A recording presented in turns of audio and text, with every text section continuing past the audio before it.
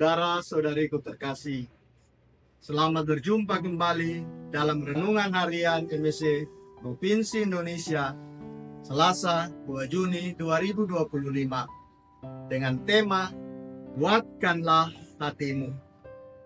Dari Injil Yohanes 16 ayat 29 sampai dengan 33. Dalam ayat 33, Yesus berkata, "Dalam dunia kamu menderita penganiayaan, tetapi kuatkanlah hatimu. Aku telah mengalahkan dunia." Perkataan Yesus ini berada pada judul perikop duka cita yang mendahului kemenangan. Yohanes 16 ayat 16 sampai dengan 33. Dan dalam konteks peneguhan Yesus kepada para murid, karena akan segera berpisah dengan mereka. Yohanes 16 ayat 16, "Tinggal sesaat saja, dan kamu tidak melihat aku lagi. Dan tinggal sesaat saja pula, dan kamu akan melihat aku." Perkataan Yesus ini bukan hanya ditujukan kepada para murid yang ada saat itu, tapi juga menjadi relevan bagi kita saat ini. Yesus tahu penderitaan yang segera dihadapinya. Ia juga tahu para murid yang semula sangat yakin dan bersemangat nantinya akan lari ketika salib benar-benar datang. Tapi dalam menghadapi pengalaman ditinggalkan atau kesendiriannya itu, Yesus justru berkata, "Namun aku tidak seorang diri, sebab Bapa menyertai aku." Dan di akhir pengajaran ini, Yesus memberikan pesan penghiburan dan kekuatan. "Semuanya kukatakan kepadamu, supaya kamu beroleh damai sejahtera dalam aku.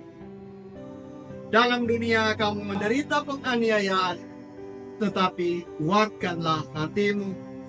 Aku telah mengalahkan dunia."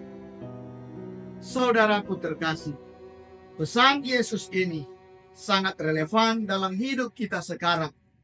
Dalam dunia yang kita hidup ini penuh tantangan, penderitaan, penyakit, musibah dan bencana, konflik, permusuhan hingga peperangan. Ada ketidakpastian dan kegagalan. Seperti para murid, kita pun pernah atau mungkin saat ini sedang goyah dalam iman, bahkan mulai menjauh dari gereja dan meninggalkan iman Katolik. Kita ingin percaya, namun mudah goyah ketika kenyataan hidup menghantam, menggoncang, dan menyerang iman kita. Pada titik inilah sabda Yesus sungguh langsung menggugah dan memberi jawaban yang tepat. Yesus mengingatkan, damai yang sejati tidak berasal dari dunia ini, tetapi dari Dia.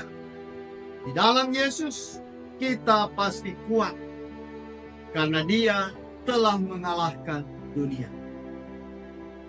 Ini tidak berarti bahwa hidup akan mudah dan mulus saja, tapi bahwa kita tidak pernah sendirian dalam menghadapi badai, penderitaan, bahkan penganiayaan.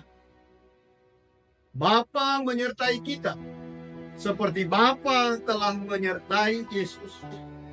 Dan Roh Kudus pun masih tetap aktif berkarya.